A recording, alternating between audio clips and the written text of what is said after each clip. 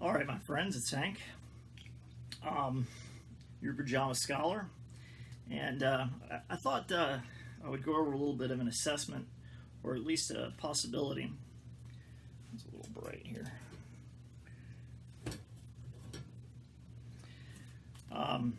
When it comes to, well, systemic failures and societal collapse in the United States, because I think we all know, or at least a few of us that are kind of well informed, realize that we're going to have a currency collapse. So I just wanted to talk about systemic failures, a paradigm shift, institutional failure, transfer of power, possibility, probability, and consequences. And I'm going to focus on one permutation that I say is possible, not necessarily probable, but more probable than a lot of other things.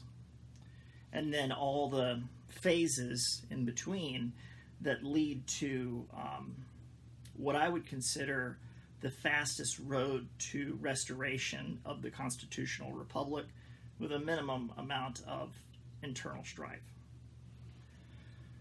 Okay, so I'm going to start with a couple of assumptions, and those assumptions are currency crisis, and it could be any of the following factors. It could be hyperinflation, it could be a deflationary depression, it could be a currency collapse, it could be a debt default. Now, people will talk all day long about what the reasons for this are. I've gone over some of it, and that's not the point. I'm not trying to debate what causes these things or give you any reasons why or point any fingers. This is just the assumptions. Now, the shortages.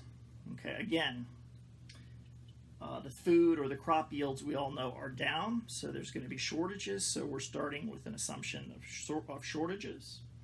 And we're also going to consider a lack of availability in products due to a global trade freeze.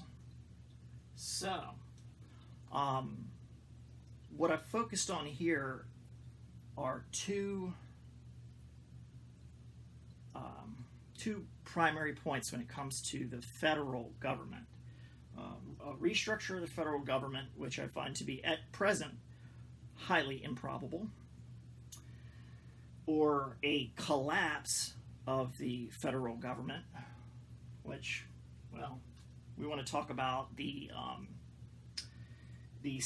collapse of the federal government, the scale and consequences, the requirements for reform, intermediate expectations prior to reform. Okay. Now, these are the reasons why I think that the centralized federal government as we currently perceive it will fail in its current incarnation is because, as we have witnessed, it has an inability to recognize, to acknowledge, to understand, and address crisis or the systemic failure points that are coming for a variety of reasons that I could explain later that that manufacture the assumptions, deal with assumptions, so on and so forth. Okay. Two, they have a severe lack of credibility, a lack of transparency, and a lack of accountability. That's businesses that fail generally suffer from all of those things. They have bureaucratic and special interest impairments to swift action. So a lot of political infighting in a centralized structure. Again, you can see this happen in businesses that fail. There's a political, geographic, and economic disconnect, which means they are politically out of touch with the will of the people. They are economically removed from what is affecting the average American, and they are geographically trying to administer from a great distance. Because let's think about the size of the United States. The size of the United States, very, very large. It's not like, I mean, Europe is a big place, but it's got, I mean, the countries are smaller sometimes than states in the United States. When we think of the United States, we think of just America. But there is a lot of geography. There is a lot of ground. There are a lot of different types of people, perspectives, political views, resources, whether they be human capital or physical capital. There's a huge, tremendous, there's a giant diversity of regions in the United States that are different from one another. And we are a republic, a collective of these regions. And when you try to administer centrally all these regions, you will probably fail. Okay? And there's also corruption. You know, the corruption, you know, it's patent, it's blatant, it's obvious, it's in everybody's face. And when you have that level of corruption, you're not going to have success in your business, because there's going to be a failure to allocate any resources that are going to be necessary for the continuation or the function of that business. Okay. Now, I did consider that they would, the federal government as an institution would try and craft a mandate or to rule by force. That's going to be impossible. Yeah, it can't be done. It just can't be done. Even if you had, so let's assume, even just for a second, that you didn't have all these other complications and problems from either a lack of currency, lack of manufacturing, lack of food, lack of resources. It's very difficult to raise an army on that type of authority. You just don't have the ideological cohesion to be able to rule by force. And beyond that, there are certain areas of this country where you cannot rule by force just because of the geography. Like, for example, to try and pass through the from the eastern shore over the mountains and into the Midwest, it's even if you had a superior, well-equipped, well-trained, provisioned,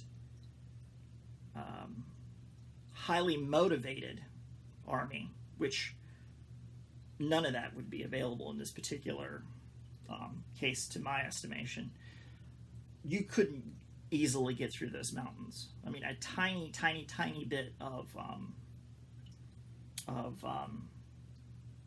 resistance in those areas basically makes it impassable. So there won't be a national mandate of rule by force from the central or the federal government. This is not in total one way of managing the situation, but it will be more regional. So let me get to that. So what were the consequences and intermediate expectations that I would have in such a situation, where I fully do kind of expect that? I mean, I find of the things that are possible, this is probably probable. You're going to have riots in cities because we have a population that does not understand the gravity of the situation. And people don't tend, or in this day and age, people tend not to respond to anything until it is happening to them. And I believe they call it the 3 Ds. First is when dealing with a crisis. First is denial. It takes a person a while to even believe that their circumstances has changed. So they're going to spend a period in denial, and then the second phase, once they accept the new reality of their situation, they have to deliberate and basically come up with a plan of action or trying to decide what to do. So there's a period of deliberation, and then finally they'll get on to the point of acting, which I believe is called decisiveness or something like that, where you've decided on what your plan is and you get to it. So we've got a population that is going to be in denial probably for an extended period of time, and then they're going to have a short period of time to make the proper to create a plan, deliberate, and then act on that plan decisively.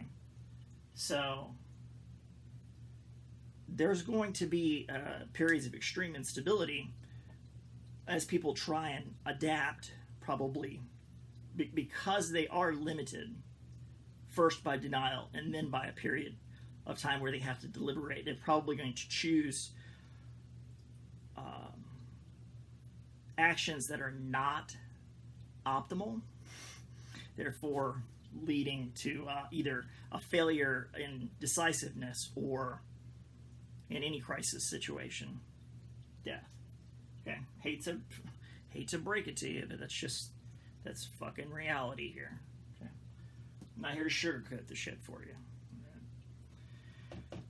Local administration. There probably will be a transfer of power toward local administrations because communities will organize based on the quality of their neighbors. That's it. That's a very, very important point. Local administrations are the ones that are going to be the intermediate saving grace. No man is an island. Okay. Now, beyond the local administrations that arise to create cohesion and deal with the situation as best as possible on a local level, and this means sanitation, water, food, the basic necessities that give legitimacy to any government. See, a government really is only legitimate if it can feed its people, maintain rule of law, provide those basic services like sanitation. That's basically the only thing that gives government legitimacy. Failure to do any of these things, and an administration becomes illegitimate. Okay. In a more not illegitimate in the philosophical or principled sense, but in an actual natural, in a natural way. I mean, this. Once a government fails to do that, even people that don't understand principle no longer will see that as legitimate. I mean, we're talking about lowest common denominator legitimacy. Okay, so beyond the local administrations, the transfer of power will probably move to state interests and interstate economic, mutual relief, and defense compacts. So, as the farmers probably tell people to fuck off because they're not getting what they need in payment for their goods because the crop yields are so low, they're going to need something in return. Now, if there's a hyperinflation or a currency collapse, they're going to need something else. Well, that's how trade works. One group of people is going to have something that somebody else needs, and then they're going to trade on that basis. And states are fairly well organized already to know what they have to trade and what other states have. So there'll probably be interstate sort of delegations that will be communicating with one another outside of the federal jurisdiction, because the federal jurisdiction, to my estimation at this point, has not been able to, again, recognize, acknowledge, understand, and address those crisis points. So people will not deal with that when their survival is threatened. They're going to move to the fastest ways to create the conditions for their people to survive and minimize insurrection, violence, all the other horrible things that everybody in the whole world should want to avoid. We talk about mutual relief, like here in the Gulf Coast. It's pretty well known that we have a hurricane blow through here, and they do. That a Floridian will go right to a Texan and offer him as much support as we can, and vice versa. So, same thing all the way up into Mississippi. We kind of know it's something we all have to expect. So we're all here to help each other. We're all prepared for that. And so if we don't get hit, we still have our preparations that we can provide and add more support to our the other people that are threatened by the same things that we are, to create a stronger community. So here in the Gulf Coast, we're used to having a culture of preparedness and mutual disaster relief, because Katrina is probably one of the best examples of a failure of the federal government to deliver the proper resources to Katrina. And still to this day, we all know New Orleans has not been reconstructed, and all the promises that were made they failed to deliver on those promises. So by and large, it's pretty much well proven at this point that states and communities have to rely on one another for disaster relief. Now, military applications. I suspect military applications, one of them, they would probably deploy assets to highest per capita producing areas. So some areas will enjoy military protection to a degree, but we're not talking about full-blown martial law here, because it's something they'll avoid except in key, what the military considers to be key or critical infrastructure areas that are going to be important. And by critical key infrastructure points, I mean to their survival and operation. Like, for example, Norfolk in Virginia. Now, in Norfolk, it'll probably be the safest place on earth, but only for you if you fucking belong there. Like, if you don't belong there, you won't be there. And that's what I mean by military applications. The military will have their places that they will hold, and they will be safe, but not for you, because you're not fucking welcome there. Okay, so there are a couple of other areas that would be key for the military to maintain. So despite the fact that they might not have money and there's no allocation from the federal government, now military planners and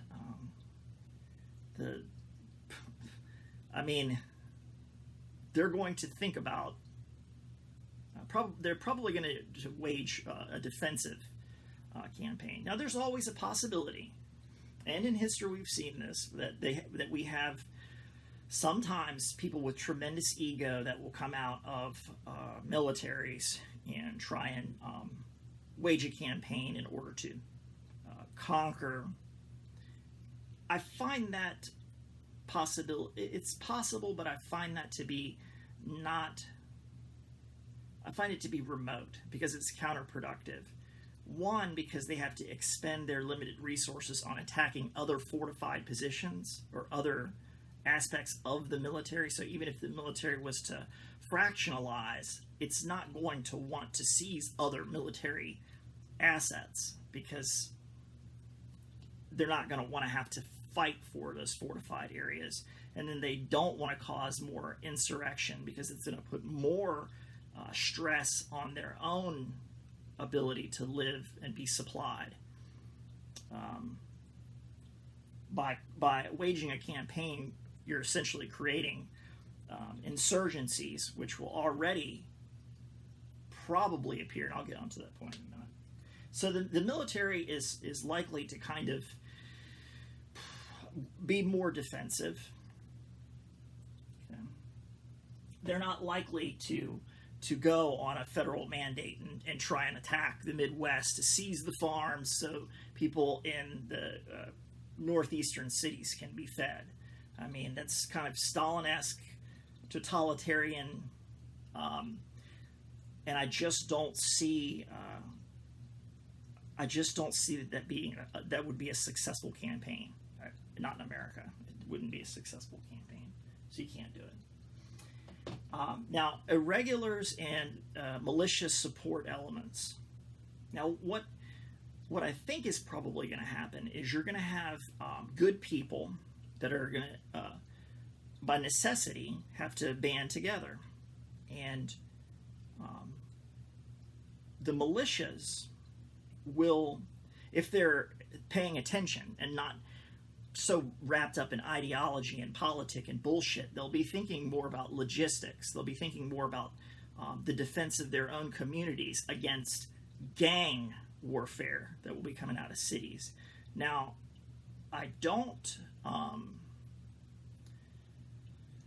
not think that city elements will be able to muster an effective fighting force, number one. Number two, people that are in stressful or conflict situations, especially ones that they don't see coming or prepare for, are going to stay in areas that they know. Like, I very seriously doubt that urban elements will have the courage to pretty much go outside the areas that they know, despite the fact that they'll be threatened. I believe that inside of urban areas there'll be gang warfare going on inside of the cities. Now, there are criminal elements with long reach that do supply cities with various things. This is a whole nother piece that I could discuss a little bit about smugglers and criminal elements and other things like that, which it's not really the point right now. But the irregulars, basically, these would be military defectors, unpaid police elements, militia elements that band together for defense, and then they defend through principle what they call the militia support elements, which would be your hospitals, neighborhoods, supply lines, other things that might be attacked or threatened by banditry. So we're not thinking of militias as a offensive force, but we think of militias as a defensive force in order to protect areas. Number one, so that the military can deploy assets in other places, and also to create conditions of safety, essentially. Like, you will be able to trust your militiamen. You'll be able to trust your irregular forces to provide security for you, so you can continue to do the things that your skills would lend toward, whether farming, nursing, so on and so forth. So minimizing the risk element and the threat of violence for you, which they would assume, and in turn, you provide for them, medical facilities, entertainment, food, nice place to stay, all those good things where they know they have the safety and support of a community. Militia cannot survive without a community to protect. Okay. And then I talk a little bit about the gang warfare. I suspect it'll be urban islands. It's just areas that cannot be supplied, non-cooperative people that will quickly turn to violence. And they will probably be, probably by just nature, just the natural way it is, it'll be essentially quarantined. That won't really need much interference from any other force, because they're going to cannibalize each other. I mean, that's what criminal elements typically do. So how long does this sort of kind of turmoil last, and how do we recover? Well, when will there be a period where it can be reformed? So you have a collapse, and then there's a period of chaos. Now, how long does that period of chaos last? And then what happens next? Well, America is a wonderful place with a lot of resources, a lot of great people, and nobody that in their right mind is gonna want to piss that away.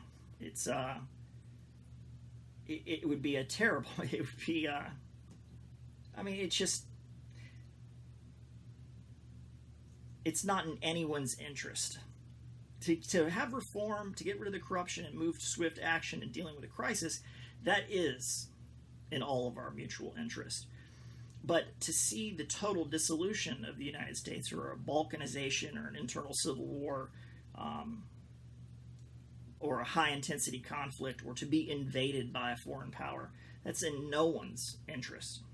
So there will be a point where there will be reform, and I do believe we will return to the constitutional republic. Our founding fathers said this very explicitly. Something like the tree of liberty must be refreshed with blood from time to time. It is unfortunate, but it just is human nature. It is the way of the world. Greeks knew it as cyclical time. For all of its failings, I do believe that our system of government, the protections that are in the Bill of Rights, if they are respected, which they are not being respected, truly is a highest form of principle to govern by, is to limit government and for each individual to be able to actualize to their fullest potential. And this means liberty. And liberty is something that is in the heart, especially of all Westerners, but I believe in the heart of every man, is the desire for liberty. And it wouldn't be a huge ideological leap just to go right back to that. Like I say, the answers are all in the past. As long as there aren't any totalitarian structural reforms to grant the people more rights, to strengthen the Bill of Rights, to add amendments to enforce and strengthen individual liberty in the technological age, is a way that you can, what they say, when freedom isn't free. That's true. That's true. But how do you get a man who has nothing to fight? You give him something to fight for. And we're talking beyond bread. You would say, I will stand behind that because that is right. It's the difference between right and wrong. So, armies have been raised on principle before. And if we were to see a restoration, all it would require is a little period of instability, and then strengthening of the Bill of Rights, proper enforcement. So how long would, and then phase two, which is a whole nother thing I'm not going to get into,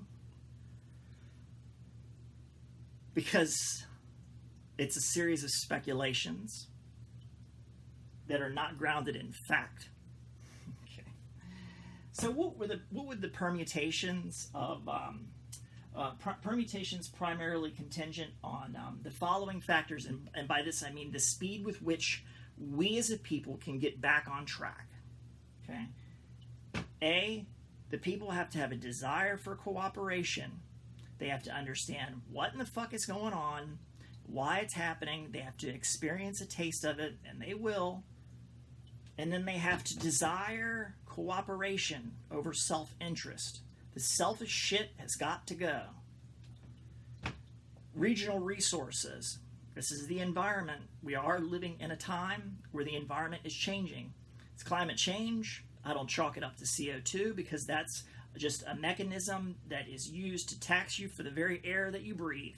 If you want to get serious about pollution, talk about that fracking shit that they pump in the ground, or all those friggin' nuclear power plants that are running around leaking all over the place. So I don't really want to hear fucking word one about carbon CO2 bullshit when literally we've got chemicals poisoning our water supply, industrial chemicals. I mean, I could go on and on and on about environmental degradation that is real, that is man-made, that could be addressed.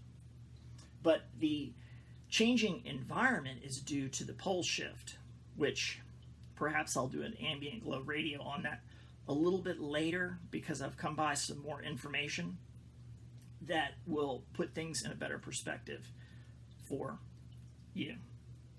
And then leadership. The speed with which we can get back on track could be contingent on leadership.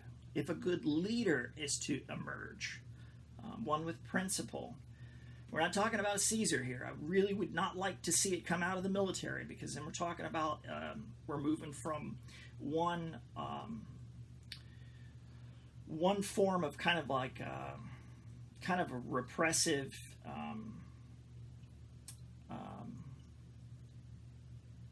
right now we're kind of living in days of suppression because the crisis points are ratcheting out.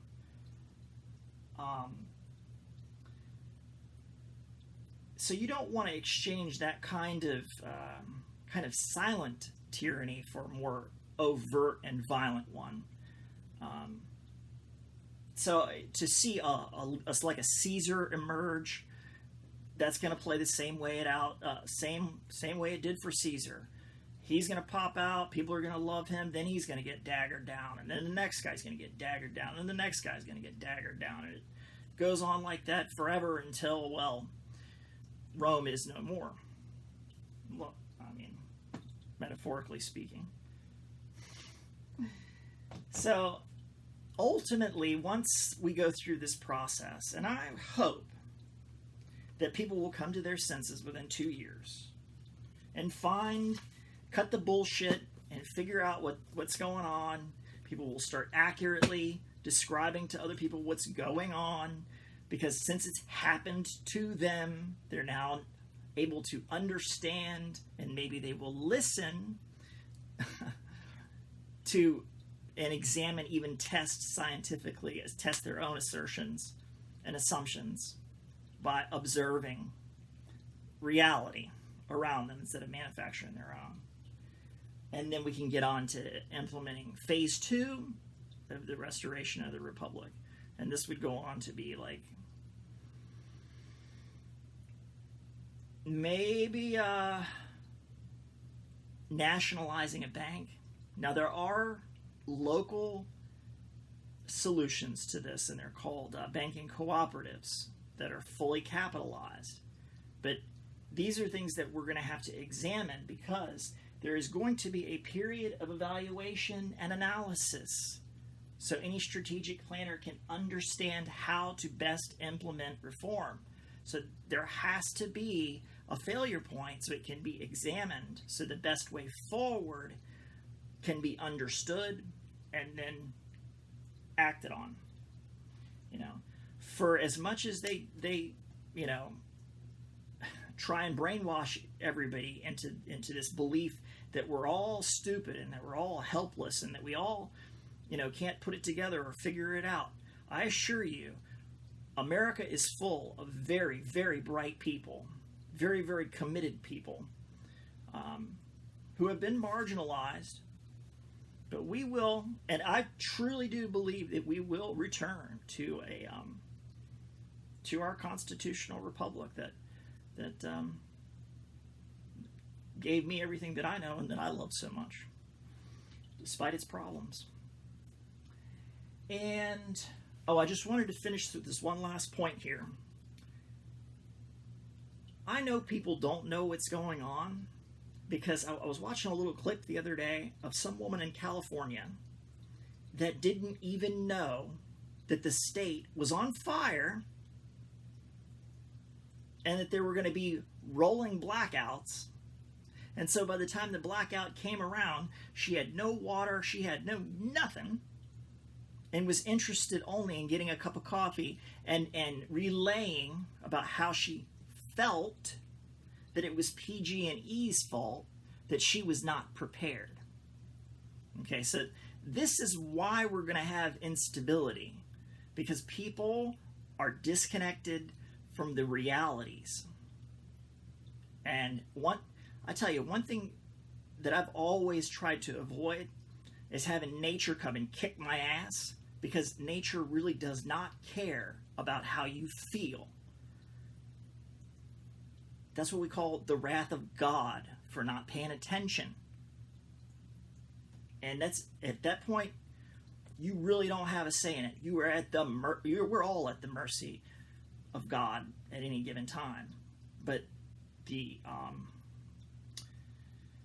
amount of ass whooping that we will take through not understanding our situation is hopefully something that we can minimize and get things back on track. So, all right, it's been Hank, your pajama scholar. Catch you on the flip side.